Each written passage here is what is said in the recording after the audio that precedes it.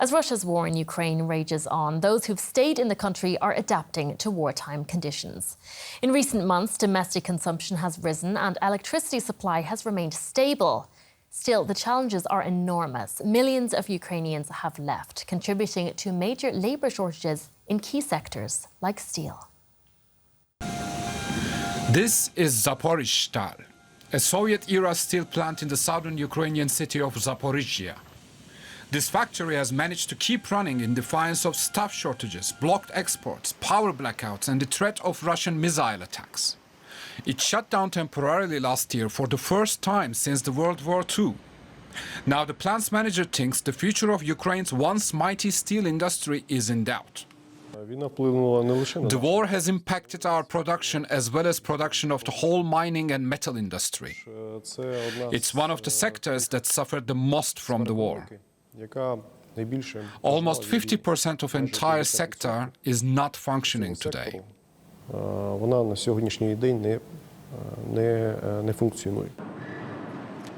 Ukraine's annual steel output fell from around 22 million tons per year in 2021 to a little over 6 million tons in 2022, after Russia's invasion.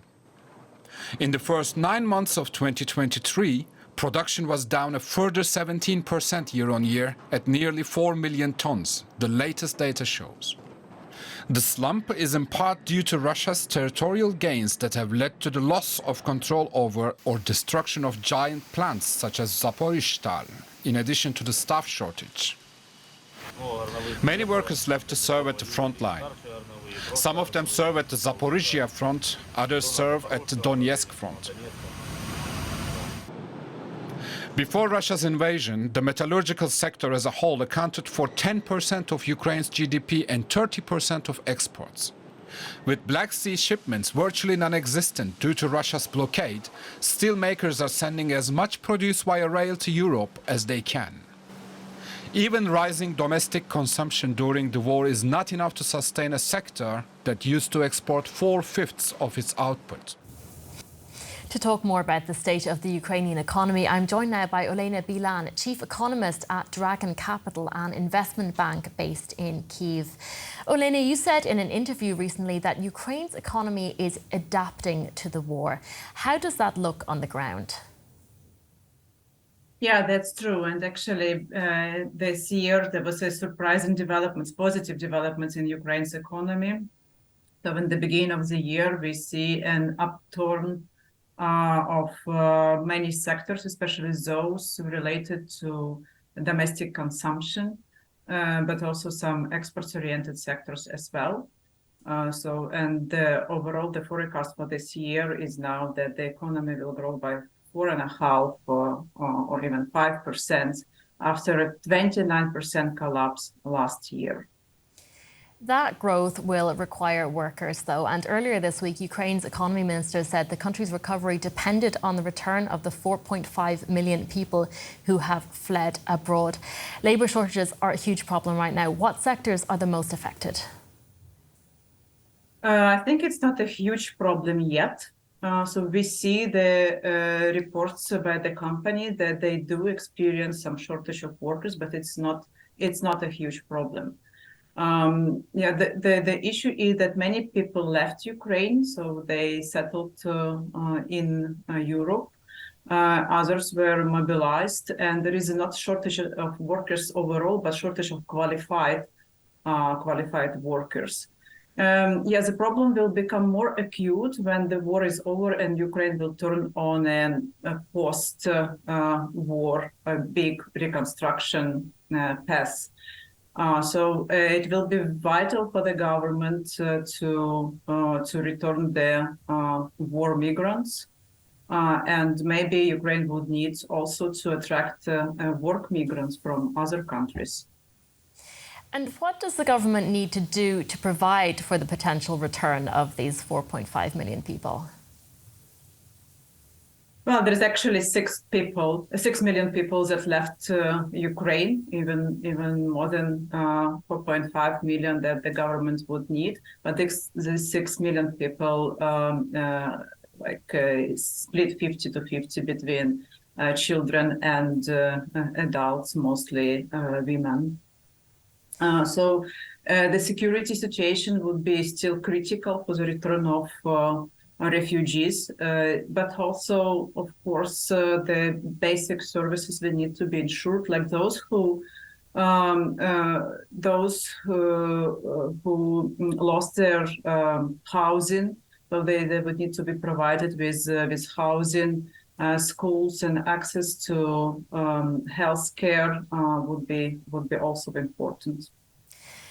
Now, Ukraine has been slipping out of the headlines recently as the world's attention is focused on the Israel-Hamas conflict. How concerned are you that the economic needs of Ukraine might be compromised as a result? Yeah, that's very important for Ukraine. The international support remains vital and critical for Ukraine's economy. The key reason of the quite surprising positive economic performance this year is that Ukraine was supported by international partners, not only military but also financially. So this year, the IFIs and international governments, other governments will provide about $43 billion of financial aid to Ukraine. This is direct budget support. And basically, it helps to cover the budget deficit and also support macroeconomic stability. And without this financing, of course, it will be impossible for the country to keep the economy afloat. So this support is vital, and we very much hope that it will continue next year because Ukraine fights for the whole Europe. You touched on the issue of exports earlier because the war has actually opened up some new trade routes for Ukraine. And the World Bank is estimating a 15% rise in exports next year and even 30% in 2025. What is the world buying from Ukraine? The Ukraine's exports really suffered heavily once war started, and the reason for this was the blockade of Black Sea ports, which initially was a main route for exports. So the sea ports accounted for more than 80% of all Ukraine's exports before the war, and now that they were fully idle when war started. Then there was this UN-brokered grain deal that enabled the exports of agricultural products via the selected Ukraine's Black Sea ports. It helped, but then Russia withdrew from the deal in July this year, and actually ports became idle again. But recently, thanks to the successes of Ukraine's military, Ukraine's authorities were able to ensure a temporary sea corridor for commercial ships, and we see a positive developments here. So that there was quite a sure amounts of ships that came to Ukraine's Black Sea ports and left with produce. So in October, Ukraine exported about 2 million tons of different commodities via Black Sea ports, and it's very positive development that will support the economy and exporters, and they provide for additional revenues, export revenues. All right, Olena Bilan, Chief Economist at Dragon Capital. Thank you so much. Thank you.